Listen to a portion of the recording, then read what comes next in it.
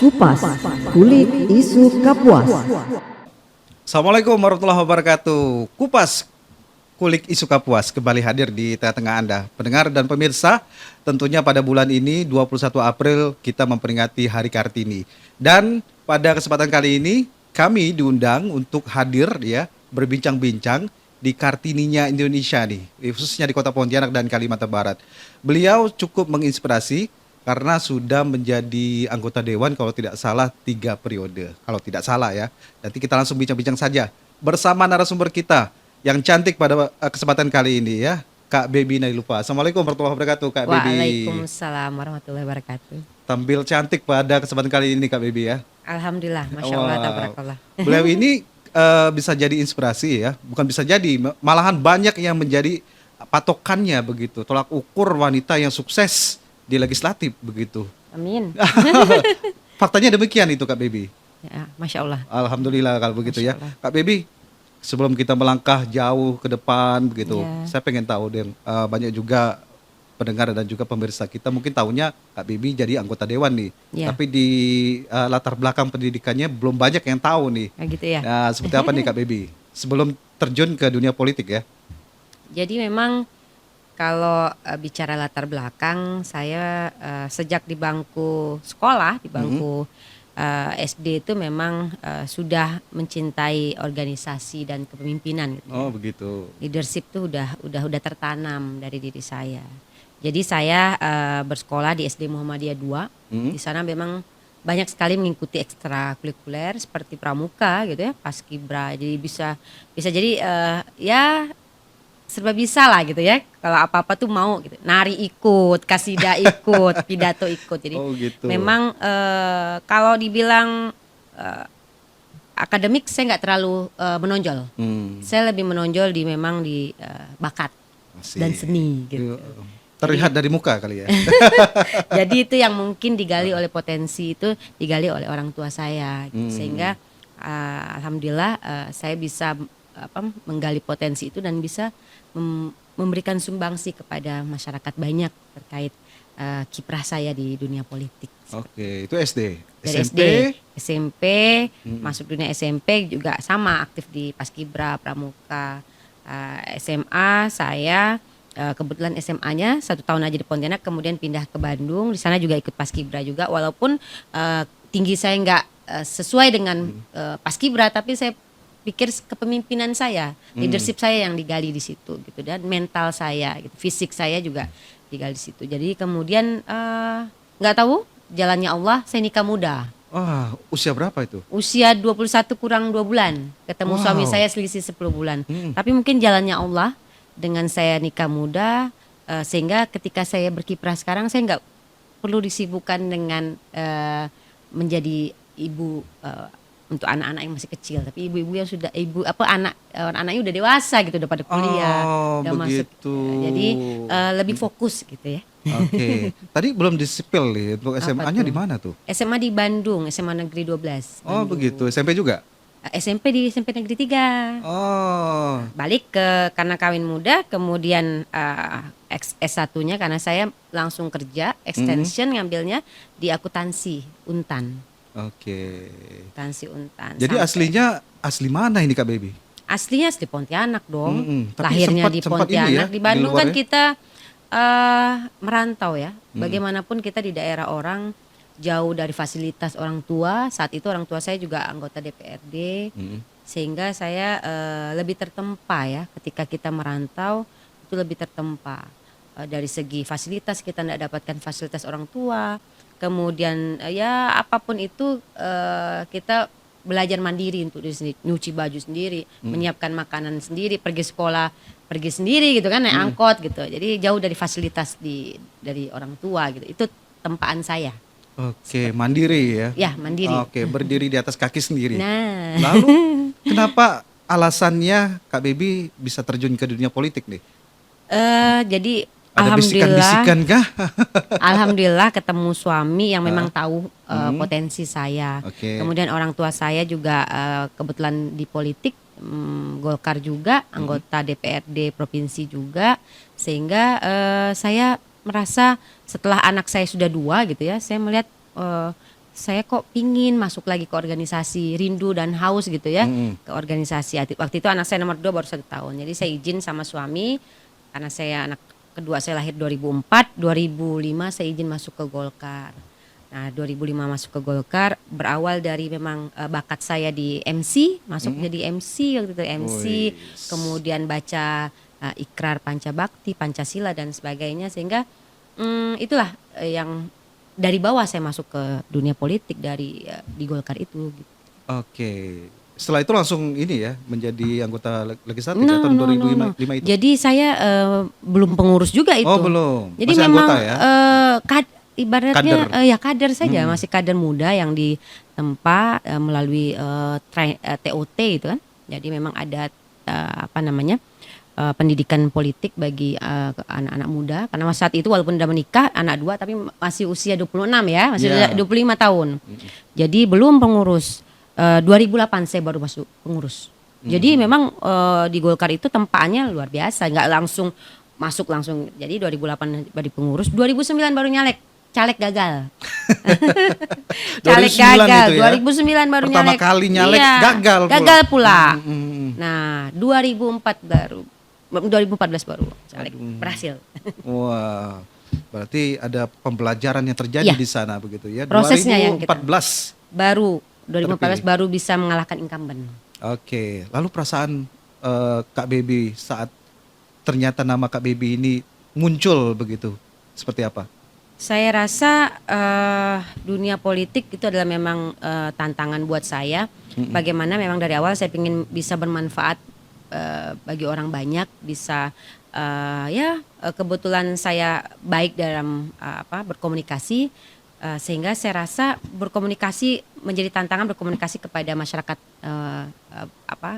yang membutuhkan perjuangan kita gitu. Jadi sehingga itulah tantangan yang besar buat saya ketika saya terpilih. Bagaimanapun sebagai anak muda yang belum punya wawasan yang luas, saya harus menggali potensi saya sehingga saya bisa kiprahnya diakui gitu. Wih. Nah, alhamdulillah saya bisa naik karir saya di politik dan di Golkar, bisa menjadi dari hanya kader biasa, kemudian menjadi ketua harian saat itu, baru sekarang menjadi ketua DPD Partai Golkar Kota Pontianak. Jadi memang kalau lihat dari prosesnya, saya dari bawah insya Allah. Wih, keren ya. Ini bisa menjadi inspirasi nih bagi perempuan yang ingin mungkin mengikuti jejak beliau ini begitu. Lalu Kak Baby, sebenarnya apa tantangan terbesar Kak Baby sebagai perempuan di legislatif begitu?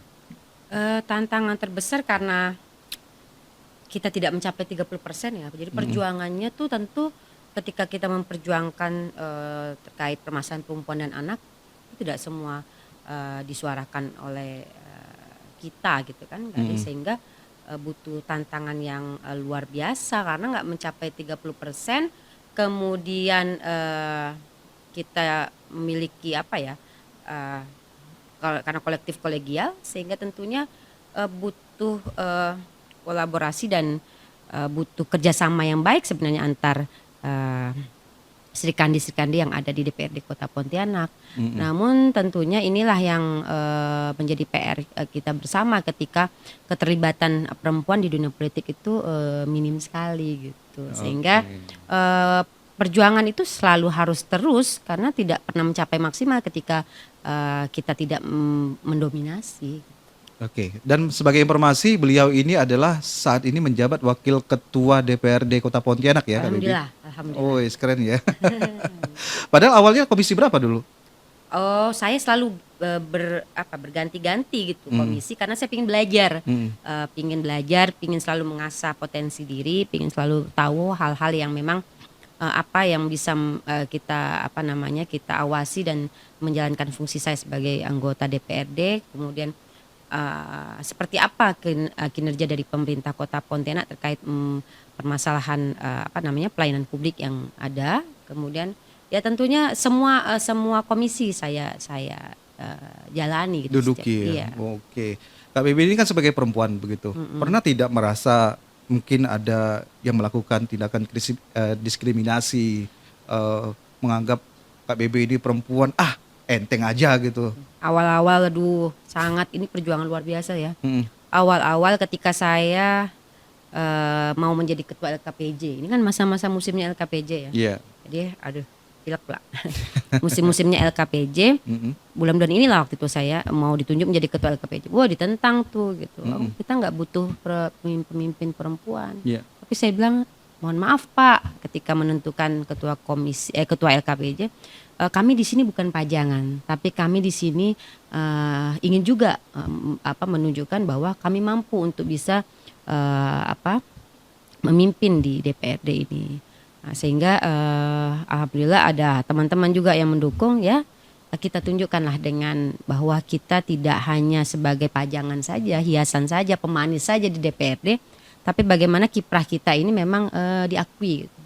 Nah sejauh ini alhamdulillah ya dengan seiring waktu saya rasa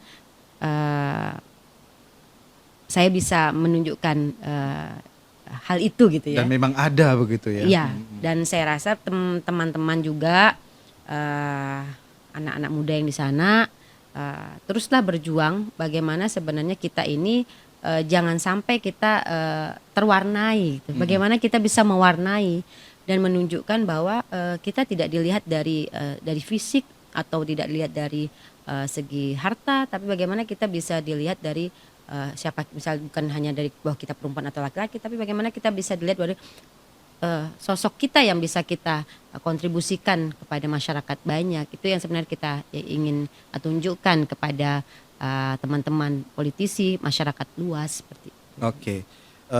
Kak Baby ini kan udah menjadi anggota dewan. Adakah program kebijakan begitu yang telah mungkin lagi diperjuangkan untuk perempuan dan anak begitu? Kalau soal hal kebijakan dari periode pertama pun saya fokus memang permasalahan perempuan dan anak. Beberapa hal terkait perda-perda tentang kesehatan perempuan dan anak, kemudian bagaimana misalnya perlindungan guru itu berkaitan juga dengan permasalahan anak yang ada di Kota Pontianak. Kemudian bagaimana juga kita memperjuangkan terkait perda makanan halal dan higienis yang memang sebenarnya itu adalah kebutuhan rumah tangga yang terkait anak-anak bangsa gitu. Bagaimana sebenarnya sebuah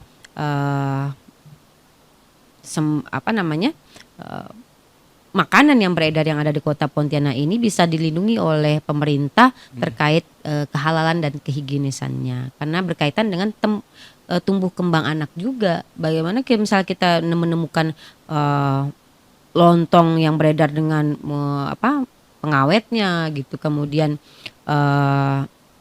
makanan-makanan terkait mie yang juga dengan pengawetnya, dan beberapa hal yang tentunya mengganggu kesehatan anak ini juga menjadi pemikiran kita.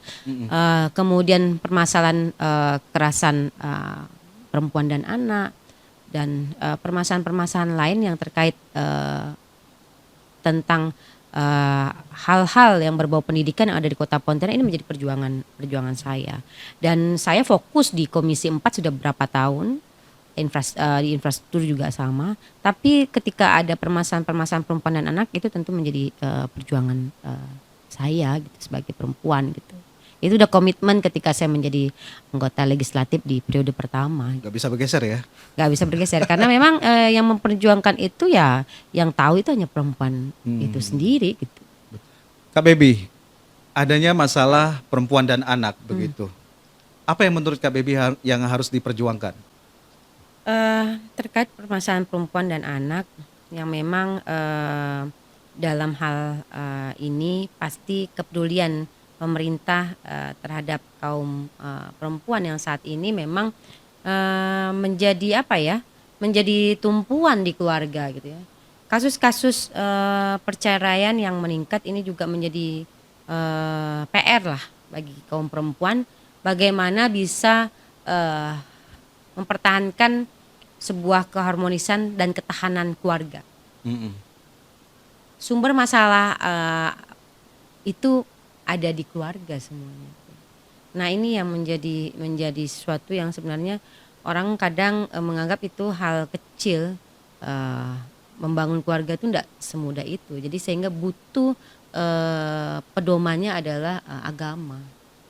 Kalau kita tidak membangun religi di eh, kehidupan perempuan dan anak-anak, bakalan berat ke depannya dengan permasalahan-permasalahan yang ada. Sehingga saya bilang bahwa dunia pendidikan yang ada di Kota Pontianak bagaimana bisa melibatkan agama lebih banyak lagi. Contohnya, misalnya sekolah negeri ada agama yang selain agama Muslim, ada agama Muslim. Bagaimana pendekatan Al-Quran, pendekatan agama menjadi awal pembuka dari sebuah pembelajaran. Karena Al-Quran itu mukjizatnya luar biasa. Ada sesuatu hal yang membuat hati kita menjadi lembut ketika kita dekat sama Al-Quran. Begitu juga mungkin agama lain, Alkitab atau apa. Ada firman-firman Tuhan yang di situ yang membuat hati menjadi lembut ketika mendengarnya. Iya betul. Nah sehingga anak-anak harus lebih didekatkan kepada itu. Kaum wanita juga harus bisa menjadi panutan bagi anak-anaknya. Nah kalau itu tidak dilibatkan dalam pembangunan perempuan dan anak yang ada di Kota Pontianak, saya yakin tidak begitu mudah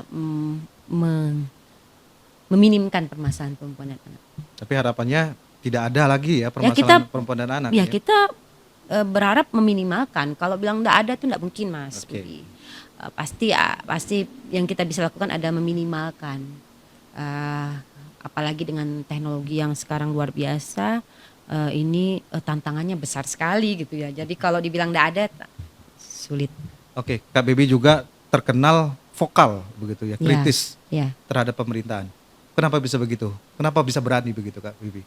Saya pikir kenapa saya harus takut? Karena saya adalah fungsinya fungsi pengawasan. Saya tidak pernah merasa hutang budi kepada siapapun gitu ya. Yang saya memang dibayar oleh masyarakat, dalam hal ini dibayar untuk bisa dibayar dalam arti begini loh. Pendapatan gaji saya sebagai anggota dewan itu dari rakyat gitu ya. Jadi amanah besar dititipkan oleh masyarakat untuk saya bisa menjalankan fungsi pengawasan. Walaupun kadang-kadang gaji saya tidak semuanya saya gunakan untuk keperluan pribadi saya gitu, tapi bisa banyak untuk membantu masyarakat gitu, untuk bisa berbuat di masyarakat gitu. Nah itu hal yang dititipkan. Jadi kalau saya tidak menjalankan hal itu, rasanya kayak apa manfaatnya saya menjadi anggota dewan kalau saya nggak bisa vokal gitu. Sedangkan itu adalah fungsi dan tugas saya gitu. Jadi saya lebih suka menjadi mitra yang penyeimbang untuk eksekutif merasa tidak berpuas diri. Eksekutif merasa seperti orang tua dan anak ya. Anak tidak selalu berjalan di sesuatu yang benar terus. Pasti ada koreksi dari orang tua. Sebaiknya begini ya, sebaiknya begitu ya. Oh sudah baik. Kalau udah baik kita bilang baik. Kalau kita vokal kita katakan. Karena supaya tidak merasa sombong, tidak merasa udah puas diri gitu. Itu juga pemerintah. Kita berharap seperti itu. Bukan berarti kita nggak sayang. Bukan berarti kita nggak suka sama orang tersebut. Justru orang yang peduli dan sayang adalah orang yang ingin, karena kita peduli dan cinta kepada kota kita. Nah kalau orang yang merasa bagus, baik, itu Pak Tino Sidin, ataupun orang yang menjilat. Kalau saya nggak mau jadi penjilat. Oke, Kak Bibi, selama Kak Bibi menjabat dan apalagi sekarang menjadi anggota wakil ketua DPRD, capaian apa yang paling Ibu banggakan? Kalau dibilang pencapaian membanggakan ya, enggak haruslah kita berpuas dan membanggakan diri ya. Karena bagaimanapun jabatan itu kan 5 tahun sekali. Saya rasa posisi saya dulu dengan sekarang sama saja. Hanya amanah saja yang besar kan. Namun seiring waktu kalau dibilang membanggakan apa ya? Yang jelas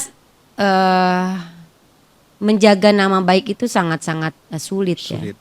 Sehingga kalau dibilang membanggakan atau beberapa hal ya, saya pinginnya menginspirasi aja deh gitu. Kalau membanggakan rasanya terlalu sombong gitu. Tapi bagaimana saya bisa menginspirasi dan mendobrak gitu ya, atau mendorong perempuan-perempuan di sana untuk kita bisa loh gitu. Kalau kita mau mengikuti proses itu, kita bisa dalam posisi seperti ini. Karena saya Baby Nelva sudah mencoba itu. Insya Allah di kemudian hari muncul baby-baby yang lainnya gitu, Baby Nelva yang Amin, itu lainnya harapan gitu. kita ya. Nah, jadi saya rasa itu jauh lebih penting gitu. Wanita bukan ingin dimengerti, tapi Asik. wanita ingin menginspirasi. Oh, keren. Kata-kata quotes yang mungkin bisa menjadi apa namanya, kita tulis di Twitter atau juga di Instagram nih ya. Lalu Kak Baby, kalau tidak salah Kak Baby ini kan dapilnya Pontianak Kota ya. Betul. Lalu bagaimana Kak Baby ini bisa menyerap aspirasi apalagi di kelompok perempuan yang ada di sana begitu? Jadi kalau menyerap aspirasi itu tidak harus hanya pada kelompok perempuan saja.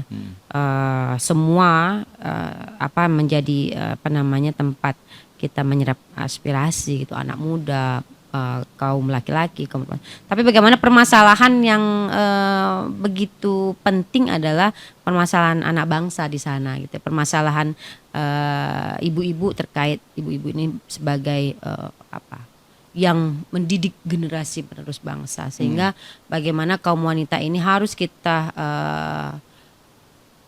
kita lindungi terkait permasalahan-permasalahan yang ada. Miris saat ini ketika kita lihat di luar sana perjuangan kaum ibu-ibu yang memang sudah tidak peduli akan kewajibannya gitu. Lupa kodratnya. Lupa akan kodratnya. Kewajibannya sebagai seorang ibu yang memang mendidik dan menjadikan anak-anak itu menjadi contoh lah buat anak-anaknya gitu. Ya itu juga menjadi menjadi tempaan diri saya juga, menjadi pelajaran bagi diri saya, menjadi panduan diri saya juga, bagaimana saya harus bisa menjadi contoh anak-anak saya. Saya harus bisa membanggakan anak-anak saya. Itu saja. Saya enggak mikirkan orang lain terinspirasi. Saya hanya mikirkan bagaimana saya bisa membanggakan anak saya dan menjaga nama baik dan menghasilkan sebuah karya dan bisa memotivasi anak saya. Lahirnya pokoknya dari keluarga sendiri. Ya, harus seperti itu insya Allah. Dan kemudian bagaimana orang lain juga bisa akhirnya terinspirasi. Itu harapan kita gitu. Oke, saya juga pengen tahu nih Kak Baby, kalau misalkan ada penyusunan kebijakan begitu, apakah pernah atau sering melibatkan komunitas atau juga mungkin organisasi perempuan atau juga organisasi lain begitu? Pasti, karena pada saat kita mengambil kebijakan itu kan kita akan mengundang para pakar, kemudian akademisi, kemudian organisasi-organisasi yang memang berkaitan dengan perda tersebut, pasti dilibatin gitu. Nggak mungkin kita kemudian mensosialisasikan terkait perda-perda yang ada, itu kita ketemu masyarakat. Kalau misalnya kita permasalahan misalnya perda tentang perempuan, kita pasti akan mengundang organisasi-organisasi wanita. Terkait perda tentang dunia pendidikan, kita pasti mengundang guru-guru atau pelaku-pelaku yang ada di dunia pendidikan yang bisa kita gali potensi aspirasinya gitu. Oke, kalau kita lihat partisipasi pemilih perempuan begitu, tanggapan Kak Baby seperti apa? Apakah sudah sesuai dengan yang diharapkan? Partisipasi pemilih perempuan ya tentunya perempuan ini kan dengan laki-laki ini sama, ya kan? Kalau saya lihat memang terkait partisipasi dalam memilih, kalau di pileg sih luar biasa ya. Ini kita lihat bahwa antusiasnya karena memang memperjuangkan lebih banyak gitu kan, legislatif. Ini di pilkada miris sekali gitu ya, karena nggak ada keterwakilan perempuannya belum ada gitu, walaupun kemarin ada Bu Harti ya, tapi belum maksimal saya rasa. Jadi perjuangan saya masih panjang untuk bisa bagaimana di Kota Pontianak ini bisa muncul pemimpin perempuan gitu yang bisa memperjuangkan lebih banyak lagi terkait permasalahan perempuan dan anak, karena kita lihat saat ini bagaimana kasus-kasus anak-anak yang ya baru-baru inilah ya terkait pencabulan apa segala macam itu, atau ya miris lah saya melihatnya. apalagi kekerasan anak-anak, terkait kenakalan remaja gitu. Bagaimana sebenarnya kalau perempuan ini kan insya Allah menggunakan hati dalam bekerja. Asik. Artinya nanti ke depan juga ada kebijakan untuk mengawal kasus yang tadi disebut begitu. Iya, harusnya lebih fokus dalam hal-hal yang karena kita akan menikmati bonus demografi loh Mas. Mm-mm. Jadi memang harus lebih konsen sebenarnya. Pembangunan ya, tapi pembangunan sumber daya manusia itu lebih penting gitu ya. Bagaimana kita bisa siap kalau anak-anak kita penuh dengan permasalahan-permasalahan yang belum kita kita sentuh secara maksimal gitu. Oke. Terkait dengan kepemimpinan begitu Kak Baby. Apa atau mungkin ada filosofi yang selama ini Kak Baby pegang begitu dalam masalah kepemimpinan atau leader? Sebenarnya kok permasalahan kepemimpinan ini kita sebagai pemimpin itu hanya 5 tahun sekali ya kalau dari legislatif ya. Tapi bagaimana kita bisa memperlakukan orang lain itu lebih baik, sehingga pada saat kita tidak memimpin orang lain itu merasa perjuangan kita tuh terasa bagi mereka. Ada Bagi mereka. Karena yang jauh lebih penting bagaimana kita memperlakukan orang lain dibanding bagaimana kita bisa memberikan membanggakan kepemimpinan kita di 5 tahun itu, pencapaian kita di 5 tahun itu gitu. Karena yang berkesan tuh bagaimana kita bisa berbuat untuk orang lain gitu. Oke, itu gunanya anggota legislatif tentunya. Ya, memang seperti itu gitu. Oke. Kita bicara tentang keluarga nih, Kak Baby. Anak sudah berapa? Anak saya 3, 3 ya. Yang paling kecil umur berapa? mau masuk SMA. Oh, udah gede ya. Ya 15 tahun. Oh. Alhamdulillah kan, jadi lebih fokus. Alhamdulillah. Yang duanya sudah berkeluarga? Yang duanya, yang pertama usianya sudah 23 tahun, Juli nanti mau selesai S1. Terus kemudian yang kedua di Oktober nanti 21 tahun. Kawan saya Sudah ada nanya, ada kuliah. perempuan nggak? Ada anak perempuan nggak? Ada laki, perempuan. Nah, ada kesempatan tuh. Laki, Senyum-senyum perempuan. dia. Alhamdulillah, mudah-mudahan menjadi anak yang soleh dan soleh. Amin. Terus bagaimana caranya atau perannya Kak Baby ini bisa menyimbangkan begitu antara tugas legislatif sama peran sebagai seorang ibu nih di rumah tangga? Allah itu maha adil, maka saya bilang Allah itu luar biasa gitu ya. Semua itu sudah ada jalannya. Kenapa saya nikah muda? Saya juga dulu waktu kuliah menikah tuh saya hamil, lihat teman-teman saya yang masih kuliah. Aduh, kenapa saya harus dengan bakat saya yang ada, kemampuan saya yang ada, kenapa saya harus nikah muda ya? Tapi ternyata Allah tuh maha baik. Ternyata ada sesuatu di balik itu. Saya sekarang di kondisi yang udah nggak mikirkan lagi. Dulu saya fokus ngurus anak, kerja, ngurus sambil bawa anak, ngantar les, apa segala macam. Terus kemudian saya masukkan dia pesantren, saya sudah bukan melepas tanggung jawab, tapi 12 tahun golden emas mereka gitu kan, usia golden mereka itu benar-benar dalam penjara suci ya, dalam pengawasan saya gitu ya. dalam tangan saya gitu. Iya. Setelah itu mereka mencari jati dirinya sendiri dengan di bawah ustadz atau ustazanya gitu. Jadi ya saya bersyukur mempunyai anak-anak yang mau mengasah mentalnya di pesantren, di luar dari pengawasan orang tua, merantau dalam hal ini gitu. Oke. Menjadi pejabat publik nih, enak atau tidak sih Kak Baby? Menjadi pejabat itu enak kalau memang betul-betul bisa dijalankan dengan baik dan bisa menjaga amanah gitu. Yang ngeri kalau saat kita tidak mampu menjaga amanah itu dan tidak bisa menjaga nama baik, itu yang ngeri. Mudah-mudahan kita nggak dicoba dengan hal-hal yang mengabaikan amanah dari rakyat lah gitu, masyarakat. Itu yang paling ngeri. Ya Kak Baby, kita bicara generasi muda ini, apalagi perempuan begitu. Jika ada yang ingin meniru jejak Kak Baby gitu, mungkin apa pesan yang ingin disampaikan begitu Kak Baby? Apa nikah muda dulu? Setiap orang punya jalannya masing-masing ya. Setiap orang punya proses hidupnya masing-masing. Yang jelas ketika kita ingin berkiprah di dunia politik harus bisa fokus dan konsisten maupun komitmen gitu dengan apa yang sudah kita jalani gitu ya. Jangan sampai kita sebagai public figure kita lupa bahwa di luar sana harusnya kita bisa menutup aib kita gitu. Allah saja maha menutup aib kita. Ini kita tidak bisa menjadi contoh gitu bagi masyarakat, tidak bisa menjadi panutan gitu. Nah, itu yang harus bisa dijalani dan korbankanlah hal-hal yang kesenangan-kesenangan yang merugikan gitu ya. Karena bagaimanapun kesenangan-kesenangan itu bukan menjadi hal yang baik di mata masyarakat gitu. Kesenangan-kesenangan yang merugikan dan menyesatkan kita lah sebagai panutan masyarakat. Artinya lurus saja gitu ya. Ya, harusnya bisa di jalan di rel yang baik gitu ya.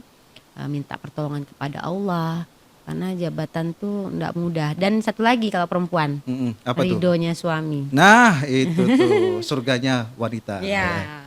Ya, itu yang memang harus betul-betul diminta lah ya ke pengganti orang tua. Ya, itu yang paling berat. Mudah-mudahan kita berarti nanti kalau misalkan mau melangkah ke depan restu suami. Ya, saya selalu melibatkan suami karena sebenarnya kalau udah menikah di usia saya ini 24 tahun bukan lagi cinta tapi komunikasi yang saya lebih perkuat gitu. Karena komunikasi hal apa aja gitu. Walaupun komunikasi itu akhirnya ada pertengkaran kecil tapi itu yang seru kan. Karena emang udah jadi teman hidup. Kalau cinta ya bisa selesai gitu kan. Gitu. Oke. Kita bicara harapan Ibu nih terakhir nih. Apa harapan Ibu untuk masa muda atau masa depan Kota Pontianak dalam pembangunan untuk apa? Apalagi untuk peran perempuannya begitu. Seperti apa juga ini, Kak Bewi? Pontianak adalah kota kelahiran saya. Kota kecil yang hanya luasnya 117 km persegi. Kota di mana hanya mengandalkan perdagangan dan jasa. Tentunya kita ingin kota ini dengan kedepannya bonus demografi yang kita nikmati menjadi kota yang betul-betul aman, nyaman bagi anak-anak muda, ya perempuan dan anak khususnya. Bagaimana kebijakan-kebijakan itu lebih pro kepada perempuan dan anak. Permasalahan-permasalahan terkait membangun sumber daya manusia adalah menjadi skala prioritas. Yang harus kita kedepankan bagaimana sekarang ini masyarakat lebih dekat kepada agama. Karena saat ini kenakalan remaja cukup meningkat, miris sekali ketika mohon maaf ibu-ibu di luar sana ya berkiprah di dunianya masing-masing. Tapi dihadapkan kepada anak-anak yang terlibat kepada hal-hal yang negatif. Bagaimana kedepannya nasib anak-anak muda Kota Pontianak kalau banyak yang terlibat, mohon maaf, narkoba, prostitusi. Terus apa yang bisa kita banggakan dengan kota kita yang kita bilang kotanya cantik, hanya cantik di wajah saja, tapi akhlak dan attitude tidak ada. Kedepan tentunya kita tidak hanya mencari anak-anak muda yang pintar. Banyak sekali mohon maaf. Sekarang Kota Pontianak lebih dikenal misalnya ketemu dokter atau apa. Pontianak seperti itu, mohon maaf ya. Nah, jadi pintar tidak cukup, tapi bagaimana akhlak, attitude itu yang adab itu yang lebih kedepankan. Karena saat ini biar kita mempunyai pendidikan yang baik tapi tidak mempunyai mental yang sehat, pasti akan tidak baik sumber daya manusia yang ada di Kota Pontianak. Insya Allah mudah-mudahan ke depan imbanglah antara pembangunan di infrastruktur maupun membangun sumber daya manusia sehingga Kota Pontianak menjadi kota yang memiliki sumber daya manusia yang luar biasa. Amin. Sumber daya manusia yang yang imbang antara menjaga religiusnya dan kemajuan teknologinya gitu. Oke, dan itu semua kembali lagi apa namanya tugasnya seorang ibu. Ya, ya mudah-mudahan ke depan ada keterlibatan ibu dalam membangun sumber daya manusia yang ada di Kota Pontianak. Ya. Amin. Itu harapan saya. Wah, nggak terasa nih Kak Baby. Panjang sekali kita berbincang pada kesempatan kali ini. Sekali lagi terima kasih waktunya, terima kasih undangannya pada kesempatan kali ini Kak Baby. Sukses selalu untuk Kak Baby.